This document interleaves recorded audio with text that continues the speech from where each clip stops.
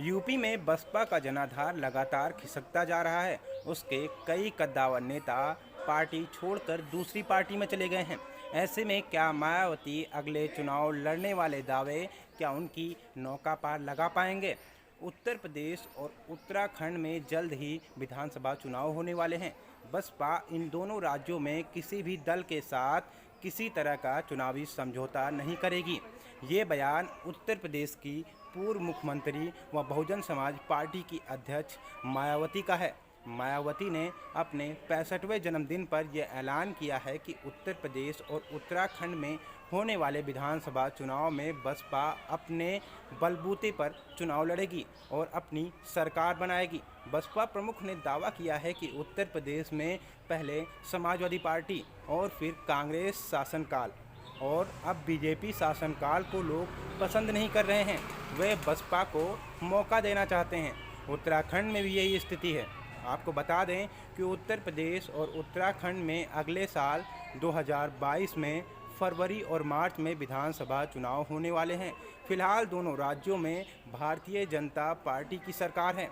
हालांकि इन सब के बीच बड़ा सवाल ये उठता है कि क्या आगामी दिनों में खासकर साल 2022 में होने वाले विधानसभा चुनाव में बसपा बिना गठबंधन का सहारा लिए अपने अस्तित्व को बचाने के संकट से उभर पाएगी या फिर बसपा के इस कदम का फ़ायदा अन्य पार्टियों को होगा। मायावती देश और उत्तर प्रदेश की सियासत में दलित राजनीति का प्रमुख चेहरा मानी जाती हैं।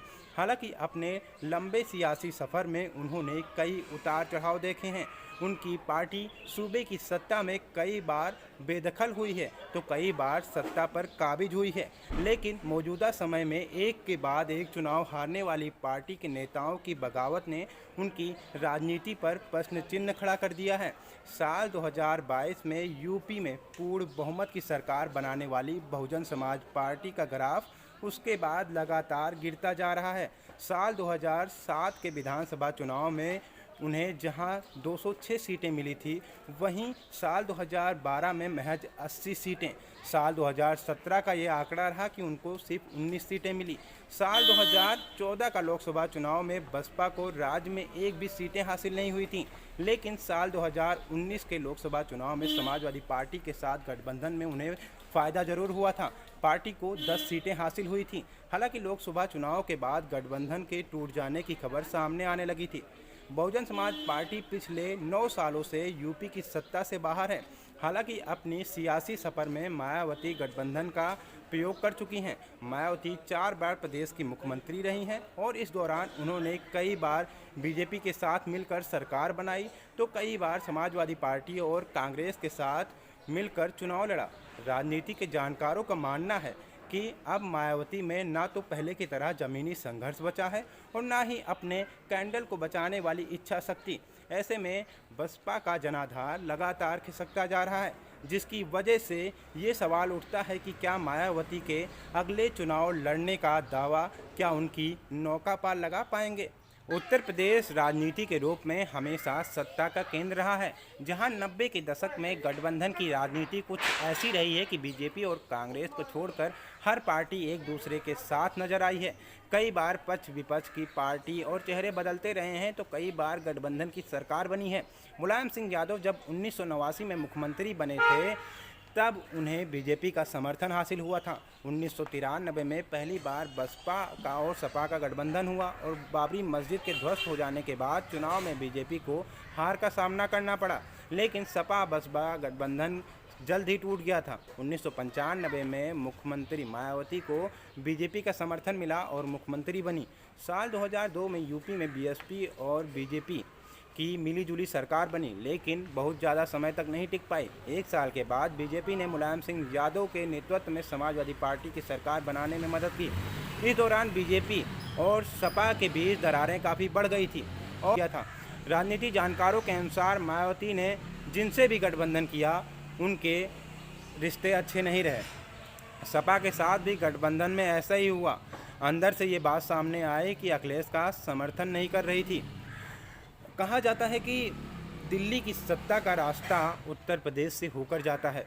403 विधानसभा सीटें और 80 लोकसभा क्षेत्रों वाले उत्तर प्रदेश में एक बड़ी दलित आबादी रहती है।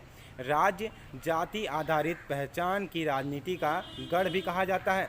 दलित पुरुषोत्तर से लेकर पिछड़ी जाति की राजनीति तक सभी में यूपी एक मजबूत अभियुक्त पाई है। जानकार बताते हैं कि यूपी की कुल आबादी 22% हिस्सा दलित का है। इसमें वह कई उपजाति में भी बटे हुए हैं। पश्चिम यूपी में वाल्मीकि की संख्या ज़्यादा है। दलित मतों में बीजेपी पहले से सेंध लगा चुकी है। साल 2014 के लोकसभा चुनाव व 2017 के विधानसभा चुनाव व 2019 के लोकसभा चुनाव में बड़ी संख्या में बीजेपी को वोट हासिल हुए हैं। हालांकि प्रदेश में कांग्रेस पार्टी की सक्रियता दलित के प्रति दिखाई जा रही हमदर्दी व पश्चिम उत्तर प्रदेश में भीम आर्मी की सक्रियता को भी नज़रअंदाज नहीं किया जा सकता। दलित का पर बढ़ते लगातार अत्याचार और भीम आर्मी की नज़रें दलित वोटों पर लगी हुई हैं, तो कहीं इक्का दुक्का मामले छोड़कर मायावती और उनकी पार्टी बसपा इन सब पर कहीं हस्तक्षेप करते हुए नजर आती है। गौरतलब है, उत्तर प्रदेश में 2022 के विधानसभा चुनाव के लिए राजनीतिक दलों में नए समीकरण बनाने शुरू कर दिए हैं। राज्य की राजनीति में दो प्रमुख बदलाव दिख रहे हैं। पहला, आगामी विधानसभा चुनाव में ओवैसी दीन ओवैसी की पार्टी और अरविंद केजरीवाल आम आदमी पार्टी की भी एंट्री हो चुकी है। तो वहीं समाजवादी पार्टी के मुखिया अखिलेश यादव पहले से ही बड़े दलों के साथ गठबंधन करने से किनारा और छोटे दलों के साथ जुड़ चुके हैं। पिछले विधानसभा चुनाव में पीएम नरेंद्र मोदी और बीजेपी को मिली बड़ी जीत में अब 2022 में मुख्यमंत्री योगी आदित्यनाथ के नेतृत्व में बीजेपी पहली बार मैदान पर उतरेगी। फिलहाल राज्य में बीजेपी की सरकार है। अब देखना यह होगा कि आखिरकार इस बार दो पार्टियां बढ़ गई हैं। अब देखना यह होगा कि आखिरकार क्या होने वाला है और बीजेपी दोबारा सत्ता में काबिज हो पाएगी या फिर किसी अन्य दल को मौका मिलेगा। ऐसे ही वीडियो को देखने के लिए हमारे चैनल को सब्सक्राइब करें और ज़्यादा से ज़्यादा शेयर करें। जय हिंद, जय भारत।